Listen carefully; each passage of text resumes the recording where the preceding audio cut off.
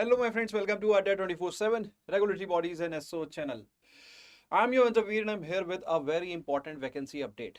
जी हाँ दोस्तों, IIFCL जो कि कहीं ना कहीं इंफ्रास्ट्रक्चर फाइनेंसिंग के रिगार्डिंग काम करती है, उसने यहाँ पे दो इंपॉर्टेंट पोस्ट के रिगार्डिंग वैकेंसी आउट की है, वैकेंसी रिलीज की है। That is assistant manager grade A and the grade B managers. तो दोनों ही वैकेंसी के बारे में आज हम यहाँ पे अच्छे से डिस्कशन करेंगे, है ना। लास्ट टाइम भी रिक्रूटमेंट हुआ था, उसकी साइकिल अभी रिसेंटली ही खत्म हुई थी, है ना। तो इस बार कितनी वैकेंसीज आई हैं, क्या कौन लोग हैं जो इसके लिए अप्लाई कर सकते हैं, तो वो सारी कहीं ना कहीं आपकी क्वेरीज होंगी जो यहाँ पे मैं डिस्कस करूंगा। वीडियो को स्टार्ट करने से पहले दोस्तों एक छोटी सी रिक्वेस्ट है कि जो बच्चे फ्रेशर्स हैं प्लीज वो वीडियो को यहीं पे स्किप कर सकते हैं, क्योंकि आप लोगों को पता है we cover regulatory bodies exams as well as specialist officer exam, जहां पे स्पेशलाइज्ड या तो क्वालिफिकेशंस होती हैं या फिर एक्सपीरियंस मांगा होता है। ठीक है, तो अगर आप के पास एक्सपीरियंस नहीं है दोस्तों, तो फिर मैं आप लोगों से कहूंगा इस वीडियो को कंटिन्यू करने का मतलब नहीं बनता। Please skip this video immediately. आपका टाइम बहुत कीमती है और मैं नहीं चाहता आपका टाइम वेस्ट हो, तो प्रोडक्टिव मैनर में बेहतर यह है कि कहीं और एनर्जी लगाओ। This is for senior players. अब कितना एक्सपीरियंस है, बहुत ज्यादा एक्सपीरियंस भी नहीं मांगा हुआ है। अगर जस्ट मैं एक रफ एग्जांपल दे दूं तो जैसे असिस्टेंट मैनेजर के लिए इन्होंने 2 साल का एक्सपीरियंस मांगा हुआ है। किस किस जगह अभी हम डिटेल में डिस्कशन करेंगे। And same with grade B, वहां पे थोड़ा सा ज्यादा एक्सपीरियंस यहाँ पे मांगा हुआ है। तो चलिए स्टार्ट करते हैं। आपको सारी चीजें जो है मैं यहाँ पे डिस्कस कर लूंगा। Again I would like to repeat, this is not for freshers. Freshers के लिए नहीं है, तो आप वीडियो स्किप कर सकते हैं। चलिए दोस्तों स्टार्ट करते हैं। स्टार्ट करने से पहले जल्दी से अगर चैनल पे नए हो तो चैनल को सब्सक्राइब कर लो, वीडियो को लाइक कर दो। चैनल को सब्सक्राइब करना इसलिए भी जरूरी है क्योंकि आपको इस तरह की वैकेंसीज अपडेट यहाँ पे मिलते रहते हैं। तो चैनल को सब्सक्राइब करना बहुत ज्यादा जरूरी है। ठीक है, और ये रहा मेरे टेलीग्राम ग्रुप का क्यूआर कोड। इसको स्कैन करके आप मेरे टेलीग्राम ग्रुप से जुड़ सकते हैं, जहां पे मैं बहुत सारा कंटेंट आपको फॉर फ्री में प्रोवाइड करता हूं। इसके अलावा इस ग्रुप में मैं भी हूं और आप इसके थ्रू मेरे को रीच आउट कर सकते हो, कोई क्वेरी मेरे से पूछ सकते हो अगर आपके मन में आती है। एंड अगर आपको हमारे किसी कोर्स में एनरोल करना है तो कोड इज Y581। बाकी IFCL के कोर्स की डिटेल में आपको एंड ऑफ द सेशन में बताता हूँ, है ना। तो चलिए दोस्तों चलते हैं IFCL की वेबसाइट पे। पहली चीज, आप इस नोटिफिकेशन को कैसे एक्सेस कर सकते हैं, तो आपको IFCL की वेबसाइट पे जाना होगा, है ना। India infrastructure finance company limited, ठीक है, this is the organization that is hiring right now. तो वैसे तो इसके कैरियर सेक्शन में भी आप जाके यहाँ के डाउनलोड कर सकते हो, नहीं तो न्यूज सेक्शन में भी आपको ये मिल जाएगा। ठीक है, न्यूज सेक्शन में भी ये रहे आपका ग्रेड ए और ग्रेड बी का जो आपका नोटिफिकेशन है। दोनों ही हम जो है यहाँ पे ओपन कर लेते हैं एक एक करके। ये पहले हमने ग्रेड ए का, अच्छा मैंने ओपन कर रखा था, सॉरी। तो चलते हैं डायरेक्ट सर्कुलर्स पे, sorry, PDF of the recruitment. Please give a shout out sir, I follow you regularly, life lift clips. Shout out to you बडी।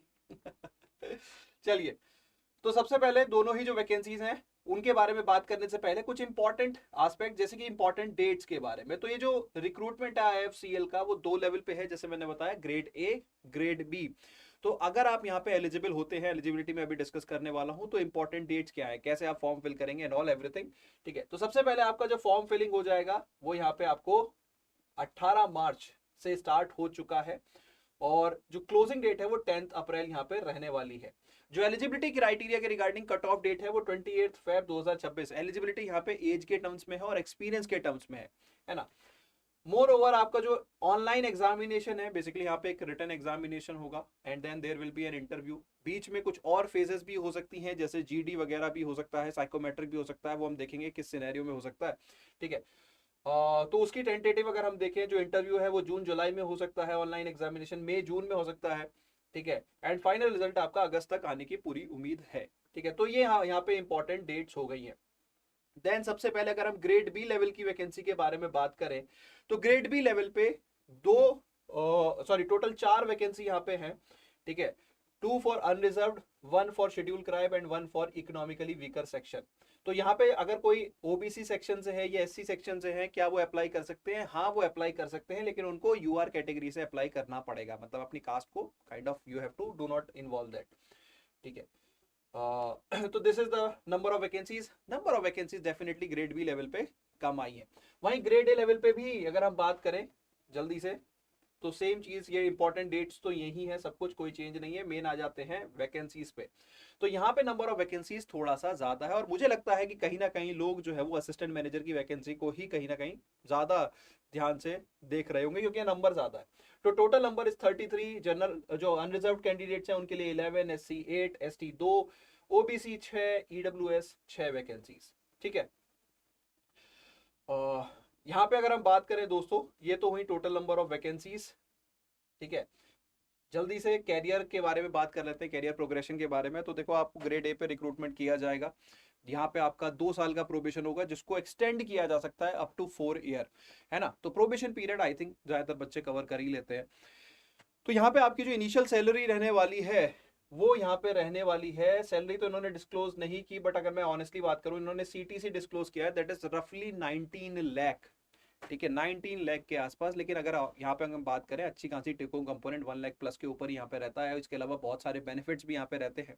ठीक है, वर्क लाइफ बैलेंस भी यहाँ पे ठीक ठाक होता है compare to bank.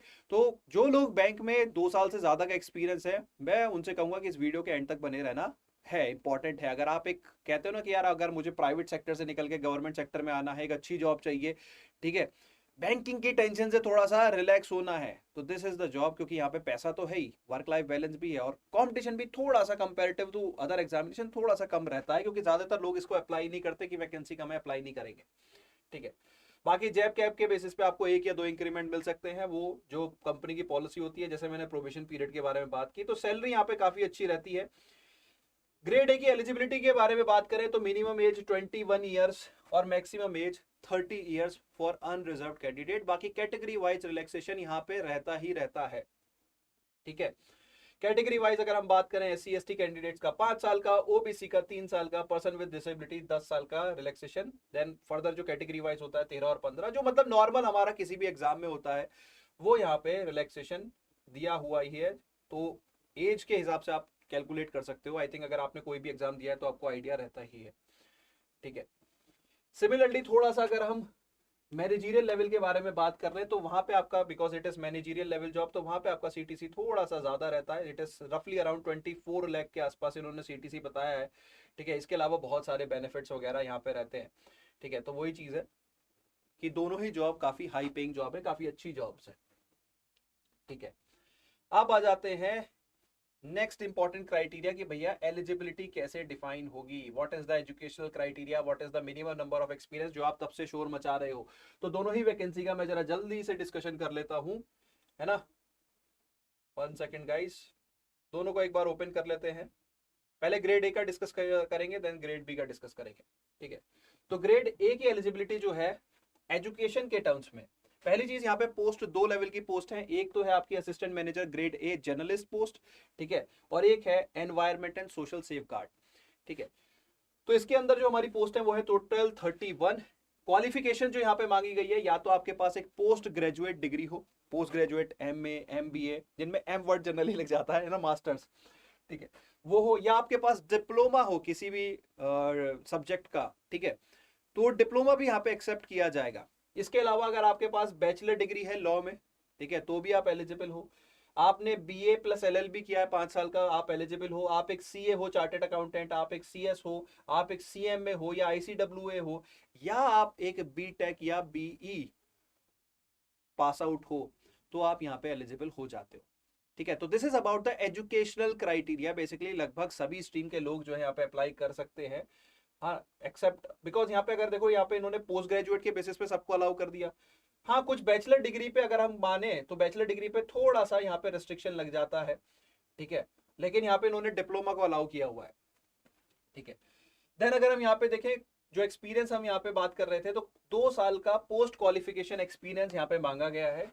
2 year post qualification experience in officer cadre. अब देखिए, ऑफिसर कैडर को हमें समझना बहुत ज्यादा जरूरी होता है। देखिए, वैसे पीएसयू वगैरह में ऑफिसर कैडर बड़ा क्लियरली डिफाइंड होता है ना। कहाँ पे कंफ्यूजन आती है, बैंक्स में। तो बैंक्स में अगर आपका डेजिग्नेशन असिस्टेंट मैनेजर या हायर है, तो उसको हम ऑफिसर लेवल पे कंसिडर कर लेते हैं, जैसे कि एसबीआई सीबीओ में भी होता है। ठीक है, बाकी देखो, ये इनका अपना इंटरनल क्राइटेरिया होता है, उसमें इन्होंने कहीं क्लियरली डिफाइन नहीं किया। ऑफिसर का मतलब होता है you are in some sort of leadership position, it is not clerical, executive post नहीं है ना।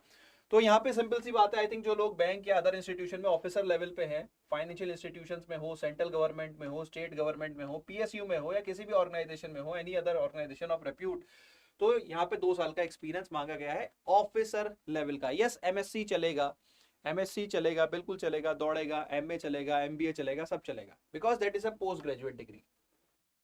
ठीक है, बाकी ये जो दो पोस्ट आई है environment and social safe guard, यहाँ पे थोड़ा सा इन्होंने एलिजिबिलिटी डिफरेंट रखी है। इंजीनियरिंग में या तो इंजीनियरिंग मांगी है, या पोस्ट ग्रेजुएट डिग्री मांगी है, या diploma in environmental management, environmental science, MSc, और post graduation in social works, sociology, anthropology, economics, developmental services में अगर आपका पोस्ट ग्रेजुएशन है तो आप एलिजिबल हो जाते हैं। यहाँ पे भी 2 साल का experience eight an officer level, ठीक है। तो ये एक इंपॉर्टेंट चीज है, ऑफिसर लेवल पे यहाँ पे एक्सपीरियंस मांगा हुआ है। प्लीज एंश्योर कि आपका जो ऑफिसर लेवल का एक्सपीरियंस है वो कंसिडर किया जाएगा, उसके अलावा कुछ नहीं, ठीक है। तो प्लीज ये एक बहुत इंपॉर्टेंट चीज है, ठीक है। तो ये यहाँ पे एलिजिबिलिटी क्राइटेरिया है असिस्टेंट मैनेजर का। देन हम आ जाते हैं मैनेजरियल लेवल पे, इन्होंने क्या मांगा हुआ है। मैनेजरियल लेवल पे एजुकेशनल क्वालिफिकेशन तो सेम ही है, ठीक है। इनका एक क्राइटेरिया जो चेंज है वो ये है, देखो दोस्तों, इन्होंने बीएफएसआई सेगमेंट में, बैंकिंग या फाइनेंशियल सेगमेंट या इंश्योरेंस में अगर आपका 2 साल का एक्सपीरियंस है तो वो तो यहाँ पे माना ही जाएगा, मिनिमम वो तो है ही, लेकिन आपका टोटल 7 साल का एक्सपीरियंस होना चाहिए, more than 7 year of experience eight officer level. ये एक इंपॉर्टेंट कैच है। मतलब पहली चीज आपका ऑफिसर लेवल का 7 साल का एक्सपीरियंस, उसमें भी आपका 2 साल का बीएफएसआई सेगमेंट में, ठीक है, आपका एक्सपीरियंस होना चाहिए। डीएम ग्रेड में हूं बंधन बैंक में 8 years, I don't think BCA eligible है यहाँ पे निखिल। डीएम ग्रेड में हूं बंधन बैंक में 8 इयर्स हुआ है तो आप ग्रेड बी के लिए अप्लाई कर सकते हो निखिल। यस, प्रोवाइडेड 8 ईयर में ऐसा नहीं होना चाहिए कि आपका, मतलब देखो सीधी सी बात है, 7 साल का जो एक्सपीरियंस है वो आपका ऑफिसर लेवल पे होना चाहिए, यानी कि आपका जो प्रीवियस एक्सपीरियंस है वो असिस्टेंट मैनेजरियल, ठीक है, या उससे हायर हो, ठीक है। तो ये यहाँ पे एक्सपीरियंस इन्होंने मांगा हुआ है। बाकी अगर मैं एज के टर्म्स में बता दूं तो यहाँ पे एज मिनिमम 21, कलर चेंज कर लेते हैं एक बार, minimum age 21, maximum age 40 in case of grade B, ठीक है। और ग्रेड ए के केस में जो है मिनिमम 21 और मैक्सिमम 30। तो एज का भी काफी ज्यादा जनरल कैंडिडेट्स के लिए रिलैक्सेशन दिया हुआ है ग्रेड बी पोस्ट के लिए, लेकिन ग्रेड बी में पोस्ट कम है, सिर्फ 4 ही पोस्ट है ना। और ग्रेड ए पे टोटल 31 जर्नलिस्ट की पोस्ट है। नहीं, विदाउट एक्सपीरियंस कंसीडर नहीं होगा संदीप, तभी इन्होंने यहाँ पे एक्सपीरियंस मांगा हुआ है, ठीक है। तो ये था हमारा एलिजिबिलिटी क्राइटेरिया, ठीक है।